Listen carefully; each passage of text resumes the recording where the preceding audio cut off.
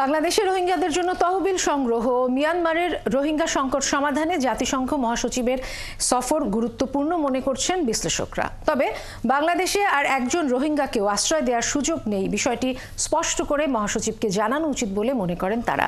তবে গত অক্টোবরে জাতিসংঘের একটি প্রতিবেদনে মিয়ানমারে দুর্ভিক্ষ ও বাকি রোহিঙ্গাদের বাংলাদেশে চলে আসার শঙ্কার কথা উল্লেখ করা হয়।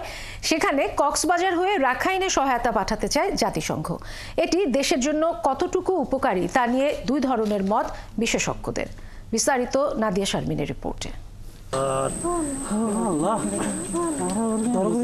গত অক্টোবরে জাতিসংঘের উন্নয়ন প্রকল্প ইউএনডিপি রাখাইন পরিস্থিতি নিয়ে 12 পৃষ্ঠার একটি প্রতিবেদনে বলে, মার্চ কিংবা এপ্রিলের মধ্যে রাখাইনে দুর্ভিক্ষ আঘাত হানতে পারে।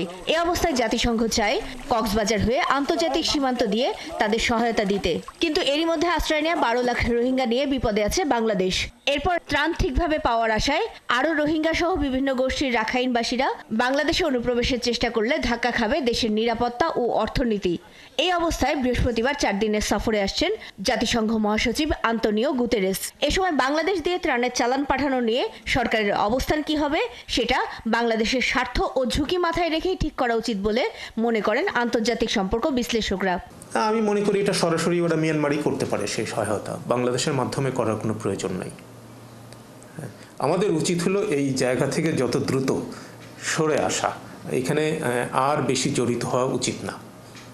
সো আমাদের থ্রুতে যদি যায়, বাংলাদেশ যদি করিডোর হিসেবে ব্যবহৃত হয়, আমরা আরও অনেক বেশি জড়িয়ে পড়ব। বুদ্ধিমানের কাজ হবে তারা সেখানে থাকবার জন্য যেটুকু সহযোগিতা আমরা আমাদের নিরাপত্তা জাতীয় স্বার্থকে ক্ষতিগ্রস্ত না করে যদি কোনো ধরনের সহযোগিতা দেয় জাতিসংঘের পাশে আমরা বা জাতিসংঘের সাথে আমরা কাজ করতে পারি, সেটা বোধহয় ইতিবাচকভাবে দেখবার একটা সুযোগ আছে। তারা জানান, বাংলাদেশে এসে রোহিঙ্গারা এরই মধ্যে বিপজ্জনক হয়ে উঠেছে জাতীয় নিরাপত্তা ও অর্থনীতির বিবেচনায়।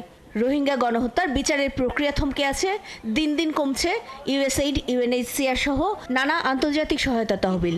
10 লাখ শরণার্থী যেভাবে সেখানে রয়ে গেছে, সেটা আমি সবসময় বলি যে এটা একটা পারমাণবিক বোমার মতো। এটা যে কোনো সময় বিস্ফোরণ হতে পারে। এবং যুক্তরাষ্ট্র থেকে শুরু করে পশ্চিমা দেশগুলো এখন যেভাবে ফান্ডিংয়ের ব্যাপারে অনীহা দেখাচ্ছে, এবং যদি সেটাও আপনার কমে যায়, তখন তো এই পুরো চাপটা বাংলাদেশের উপর এসে পড়বে। যেটুকু অর্থের ঘাটতি ঘটবে সেটা যেন জাতিসংঘ অন্যান্য আন্তর্জাতিক সম্প্রদায়ের কাছ থেকে সেই জায়গাটা যেন ফিল আপ করতে পারে, এটা আমাদের দাবি। জাতিসংঘকে রোহিঙ্গা বিষয়ক আন্তর্জাতিক সম্মেলন আয়োজনের অনুরোধ জানিয়েছে বাংলাদেশ। এবছর কাতারের দোহায় হতে পারে এই আয়োজন। এ সফরে সেই আয়োজন নিয়েও থাকছে আলোচনার সুযোগ। তো সেইটার জন্য জাতিসংঘ মহাসচিবের সরেজমিনে শুধু বাংলাদেশ না, মানে কক্সবাজার গিয়ে সেই রোহিঙ্গা শরণার্থীদের সঙ্গে বসা, এটা আমি মনে করি গুরুত্বপূর্ণ। 13 মার্চ বিকেলে ঢাকায় পৌঁছে পরদিন 14 মার্চ পররাষ্ট্র উপদেষ্টা মোহাম্মদ তৌহিদ হোসেন ও প্রধান উপদেষ্টার সাথে দ্বিপাক্ষিক বৈঠক শেষ করে তিনি যাবেন কক্সবাজার রোহিঙ্গা ক্যাম্পে। পরদিন ঢাকায় জাতিসংঘের কার্যালয়ে যাবেন আন্তোনিও গুতেরেস। নাদিয়া শারমিন, 71, ঢাকা।